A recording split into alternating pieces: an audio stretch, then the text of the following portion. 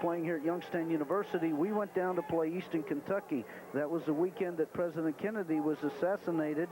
And when we got into Kentucky, Eastern Kentucky had been on an eight-game losing streak. Roy Kidd was an assistant coach at that time and was elevated to the head coach for that ball game. And he told the players at Eastern Kentucky, he said, either you're going to put it on the line today against Youngstown University, or you're not going to be around here next year, because I'm going to be the head coach next year. So I think that was Coach Kidd's, actually his first coaching victory, but he didn't get credit for it on his record. Nakia Hendricks was the injured player. He comes to the sideline as we show you what else is happening around the country. The winner of this ball game today will play the winner of the McNeese State-Montana game, which will be getting underway in about 90 minutes. Marshall and James Madison getting underway in a little less than a half hour. And the winner of that game will tangle with the winner of the Boise State-Appalachian State game. And, of course, Appalachian State is the only team to beat Marshall this year. And McNeese in that top bracket has already played here at YSU and lost, as was the case with Eastern Kentucky. The penalty on the return sets Eastern Kentucky back at its 12-yard line. First down and 10. 2:14 to go, first quarter. Penguins defense swarming to the run. Eastern was held to 73 yards rushing as a team in the first meeting between these two teams. And there is a look at the sea of faces, which are, of course, predominantly Youngstown State-oriented today. Well, Jim, you'll see Reggie Lee, the outside linebacker, come right across where the guard pulls out. Eastern Kentucky and Youngstown University run very similar offenses, so the defense has seen this offense before. They see it every day in practice. They mirror one another offensively and defensively. Gain of 1, second and 9. Sack, a quick drop, quick throw, incomplete. Vance Mays on the coverage. The intended receiver was Diallo Burks. It'll be third and 9. Well, on the defensive side of the ball for the Penguins, you have that entire secondary they're all seniors. Randy Smith, Reggie Brown, Lester Weaver, and Vance Mays. These fellas have done an outstanding job for 4 years here for the Penguins. There are John Sacca's numbers in the first meeting. Those 3 interceptions, half of what he has thrown all season long. Draw play to the new running back. That's Brian Dickerson, and he is chopped down for a gain of perhaps another yard. And the Penguins will force Eastern Kentucky to punt from deep in its own territory. Jermaine Hopkins celebrating the first real big success of the Penguins defense, and the crowd joins him in the celebration. Well, you'll see right here, Hopkins will come right across the line of scrimmage. They set the draw play up. The Penguins have a man assigned to pick that up. The attempt is on a punt block. No flag. There was minor contact. Ball bounces out of bounds at about the Youngstown State 44-yard line. Bill Diorio was the guy who came hard and made the incidental contact, if any, brushing past Mark Collins on that kick. Collins coming in with a pretty strong average. He's a good kicker. Roy Kidd looking on. Well, the part that he's really great at is he's a step-and-a-half punt guy. A lot of the folks we face take the 3 steps and we really get after him. In this situation here, Collins is a step-and-a-half and the ball's out of there, and he also kicks it away from the punt return people. So that was an excellent punt for the Colonels there. Penguins take over at their own 45-yard line. Less than a minute to go in a scoreless first quarter. Sean Patton hit behind the line of scrimmage and actually, I think, ran into one of his own offensive linemen trying to get back to the line of scrimmage. George Tomash getting tangled up a little bit with Sean. Jesse, the defensive end, right defensive end for the Colonels on the outside, was on a slant that time. He came right down into the backfield and created a major problem in there. It's just tough to run the offense with too many backs in there. There you see the big fellow, the defensive end, with that'll be his 8th tackle for loss this season. Eastern Kentucky has a tremendous amount of tackles for loss and sacks as a team. Very efficient. Excellent defensive football team. On 2nd and 11, Mark Brungard flush from the pocket, airs it out. He's got Darnell Bracey, and it is caught at the 20. That ball could have been intercepted if the defender had turned around because it hung up in the wind. Bracy had to come back and wait for it, then went back and got it, and the Penguins have a first down at the Eastern Kentucky 20-yard line with 4 seconds to go, and Joe S. Smith comes up limping for Eastern Kentucky. Their fine, strong safety. Here's another look at the play. Well, Jim, when Brungard felt the pressure, he rolled to the outside. In the secondary, Joe Smith came off of the coverage, then tried to get back. On number 37 there, Bob Head, that's face guarding when you come back down like that, but there's no problem there because Penguins have the ball and they're moving with it. I believe Smith turned his ankle there. Yeah, he came up hobbling. I believe it's his right ankle. There you see him. He's in considerable discomfort, although he came up limping, and for a minute there, it looked like they were working on his elbows. So now when he went up he went right over top of Bracy there. He went right over top of him and turned that ankle. Let's check in with Jim Evans. He's got an injury report for us. Jim?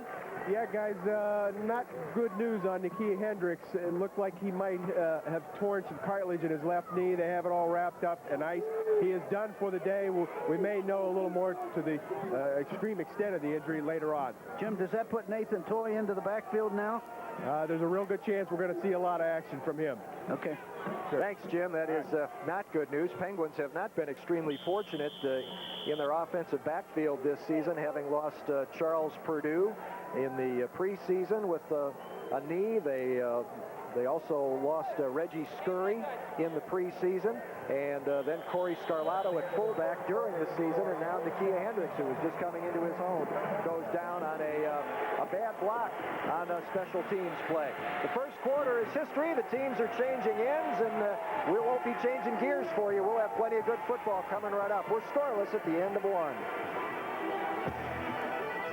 At Jack Burford Chevrolet Oldsmobile GM, we're bringing our best to you. At Jack Burford, we believe it's the little things that bring out the best in our dealership. Little things like honesty, integrity, and dependability. Little things like responsiveness to our customer needs and great service follow-through. If you're looking for a dealership that stands behind what it sells, pay a visit to Jack Burford in Richmond. At Jack Burford Chevrolet Oldsmobile GM, we're bringing our best to you. Are you looking for a body shop with a true commitment to quality? At Jake's Forgotten Past Auto Body, we have the latest equipment to properly repair today's more sophisticated automobiles. From the new CP drive-on frame rack to the new Spray-Tech front flow paint booth, quality repairs are a certainty.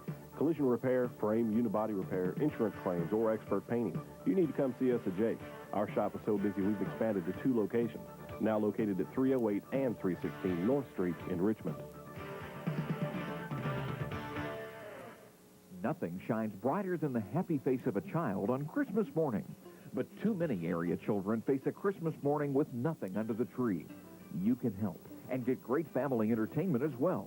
Just donate a new toy to a needy child, and American Cable Entertainment will give you free installation of any premium service. Your small gift can make a big difference this holiday season. American Cable Entertainment, helping make smiles on Christmas morning, because after all, it's our hometown too. Higher education in Central Kentucky is EKU. Today at EKU, it's UBS. University Book and Supply, your back-to-school headquarters for all required EKU books and supplies. 528 Eastern Bypass, just off campus in Richmond. The UBS Advantage, instant cash for your books, and it doesn't matter where you bought them. Calculate the advantage. It's instant cash. And you can save 25% store-wide on sweatshirts, EKU gifts, kids' clothing, and Greek items. University Book and Supply.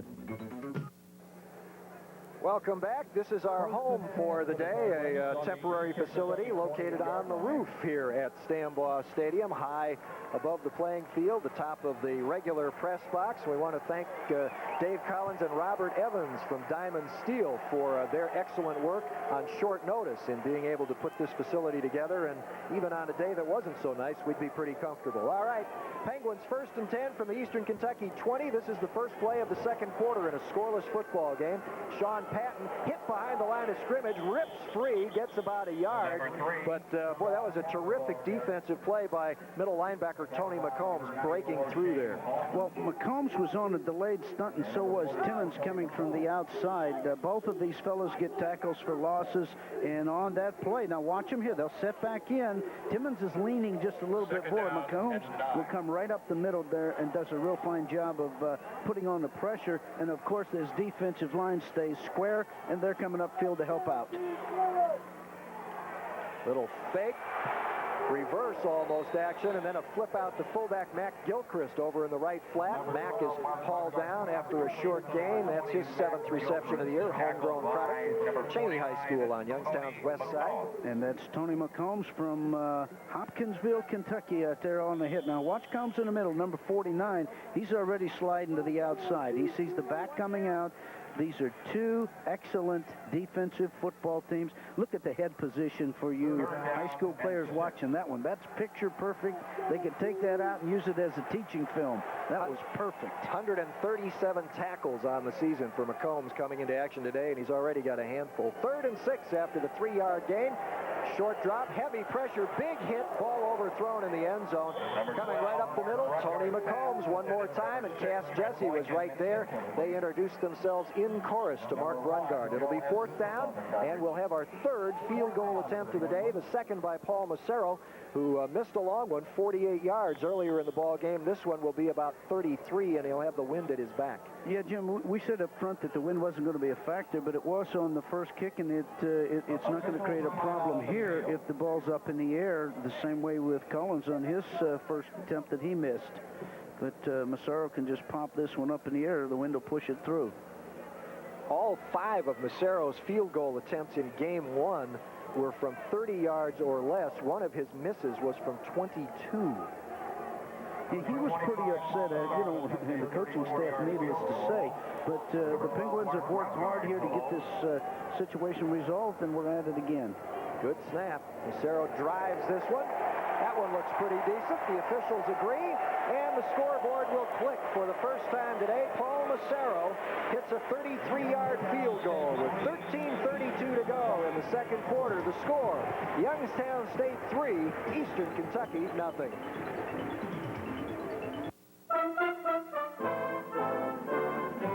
Every year, the healthcare claims process produces enough paper to throw a ticker tape parade every day in New York City. One day soon, Bank One will introduce System One, a remarkable new idea that virtually eliminates the need for all that paperwork. Now that's worth a parade.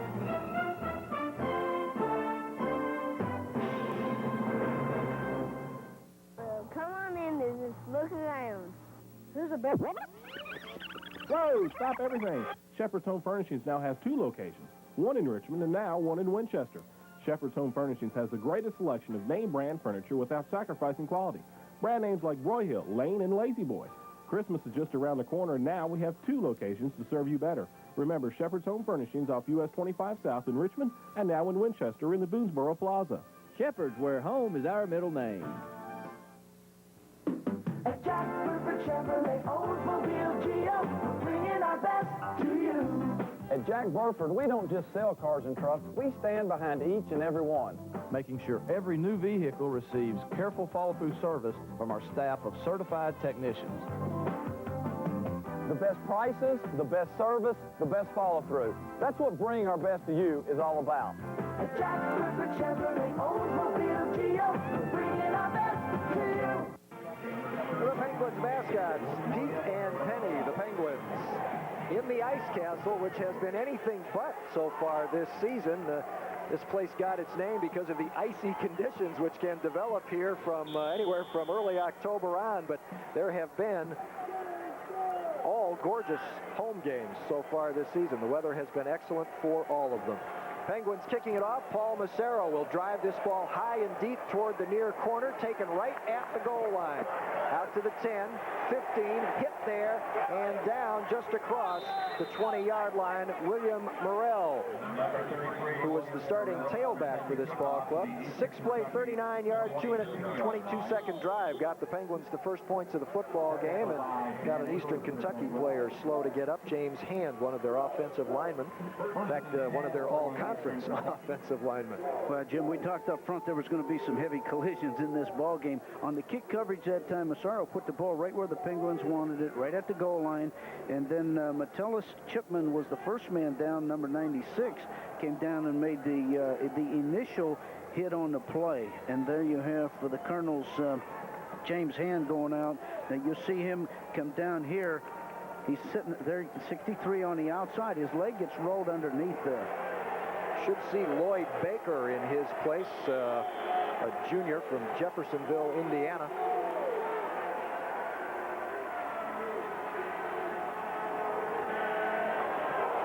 Handoff straight up the middle, short of the 25-yard line. Eric Clay, the ball carrier again.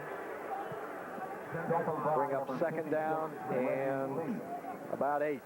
Well, number 54, Joel Woods, is the backup center in there right now. 6'3", 262-pound senior from Pineview, Kentucky. Yeah, they've moved him over, getting that senior experience in there, apparently. Although Lloyd Baker, the junior I mentioned, is actually listed as their backup for James Hand, who is back in there on this play now at the left guard. Play action fake to Eric Clay. Jermaine Hopkins misses the sack. Sack a hit as he throws.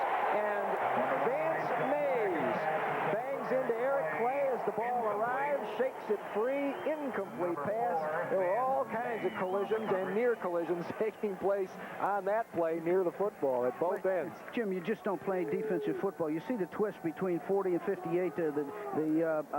Jethro and Hopkins do the twist. They apply the pressure, and then coming up on the outside, the defensive backs just flat out hustle.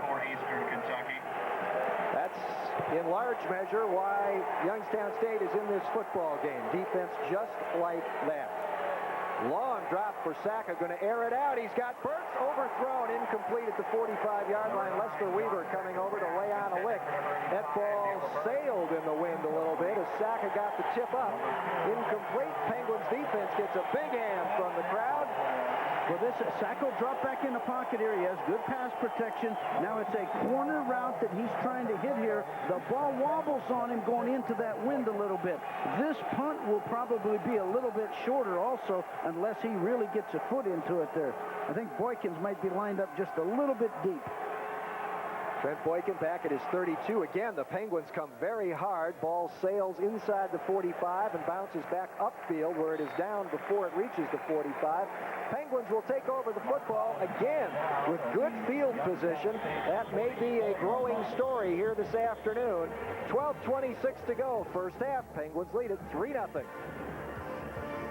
You like to have the newest and greatest music ever recorded right in the palm of your hand? Music like country, rock, jazz, classical. Introducing DMX, a revolutionary new way to listen to music. Inside, DMX has digitally programmed the music from tens of thousands of CDs to play through your home stereo on 30 incredible channels. All you need is this. Want your DMX? Call us today.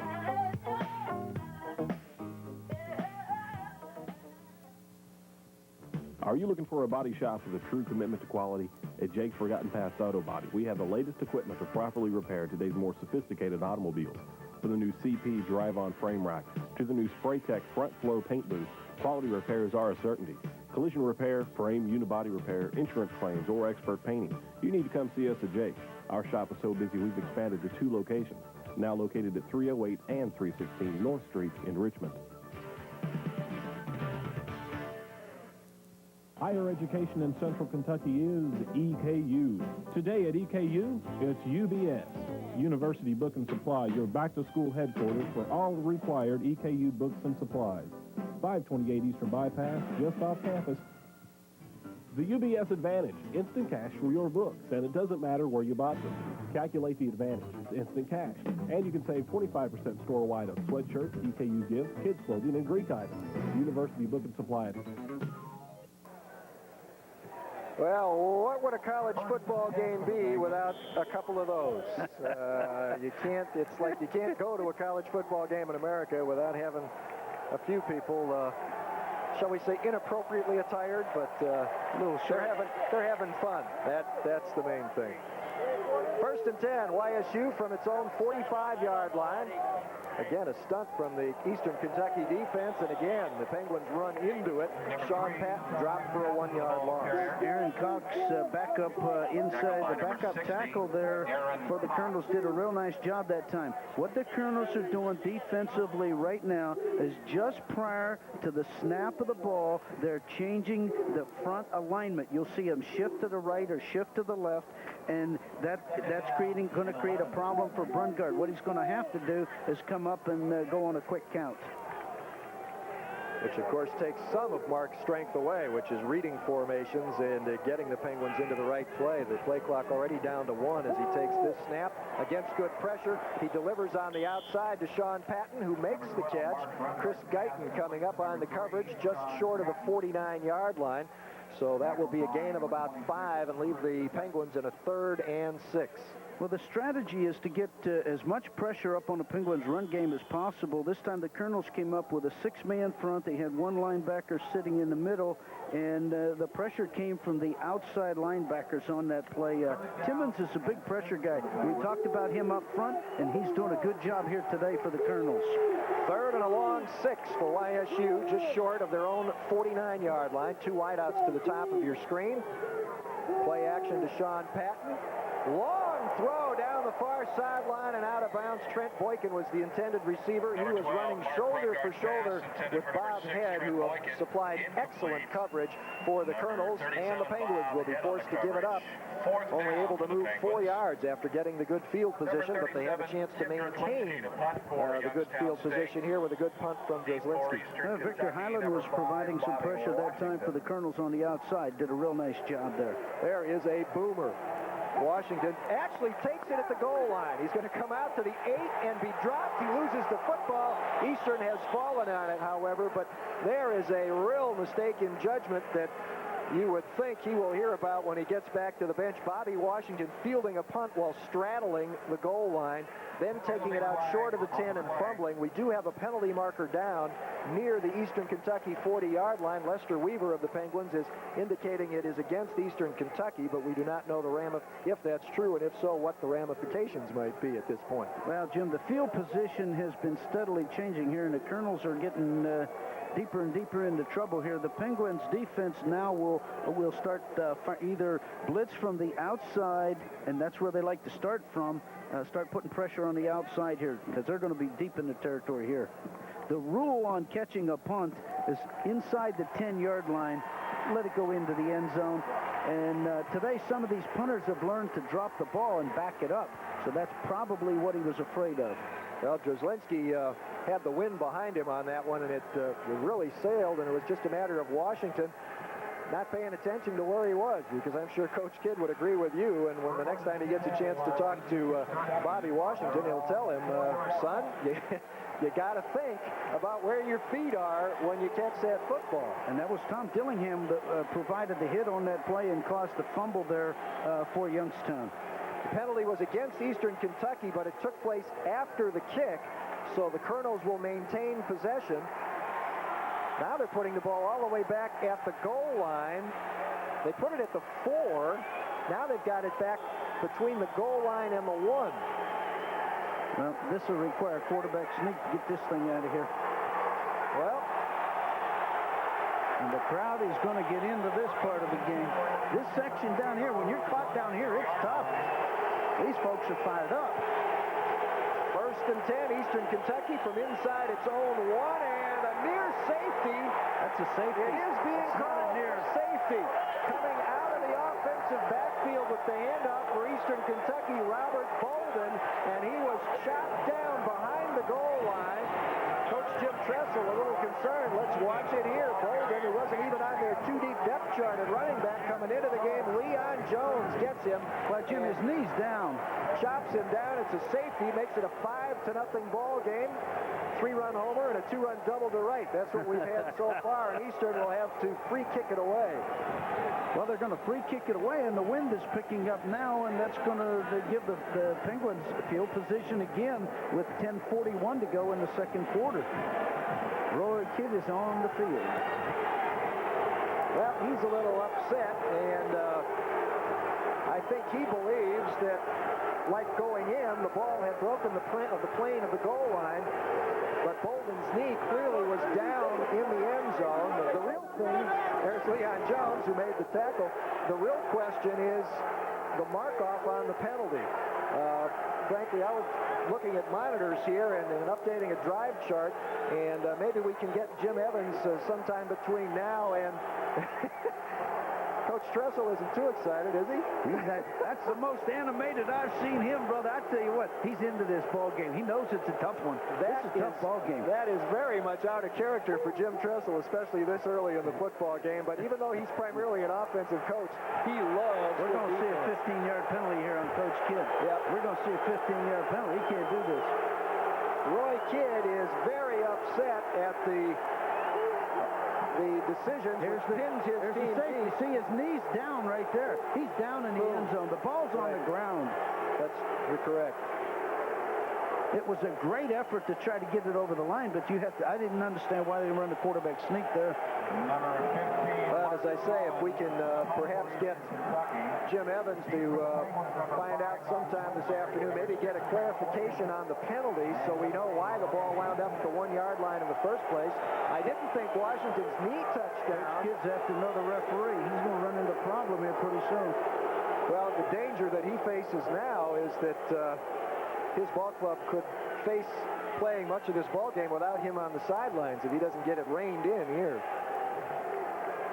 And frankly, we wouldn't want to see that. Coach Kidd is a class guy. He's a great coach. His record speaks for itself, and the type of players he recruits speaks for what kind of gentleman he is. And for his ball club's sake and for his own sake, I'd like to see him take a deep breath here, settle down, and do what he would, I'm sure, advise his players to do. Suck it up. It's over. We can't change it. Let's just go get it. We got 40 minutes of football left to play here, so let's just make sure we do it as well as we can.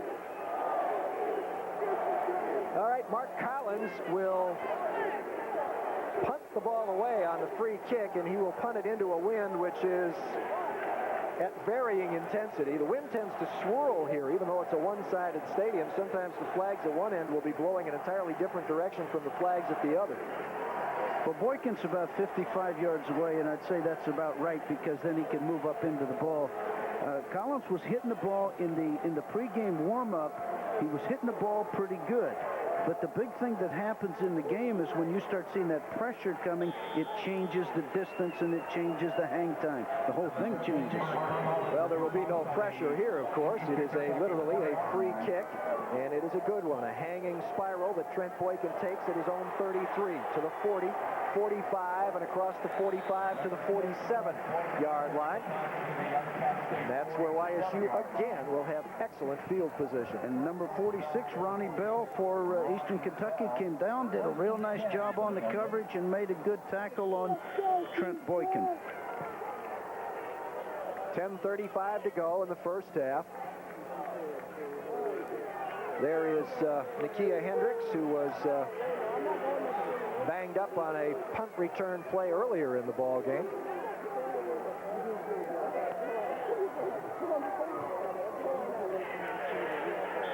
And once again, the Penguins go to the running play on first down. This time it is Mac Gilchrist, and he gains perhaps a yard. Well, you had Roosevelt Givens and Shane Balkin. These fellas just do a great job. 6'4", 260-pound junior. He's out of Atlanta, Georgia, and the other gentleman, Givens, is out of Clearwater, Florida. These fellas are doing a tremendous job for Eastern Kentucky on the defensive line. There's another thing Coach Kidd has done well over the years. He's recruited some excellent football talent out of Florida, going down there to supplement his squad, as does Coach Tressel. Mark Brungard looks off the first receiver. He's got some trouble, and he's going down at the 45-yard line. The man making the sack, Roosevelt Gibbons. He had plenty of help there, I believe, from Matt Childress, who flushed Brungard back into Gibbons. Well, the thing about Roosevelt Gibbons, you're talking about a fella that's 5'11", 285 pounds, and he can run. Watch him here. He'll come up. He does a real good job. They have plenty of pressure there out of Jesse. Chaz Jesse came in from his defensive end position to help out on the play. Too bad Mark didn't have an eye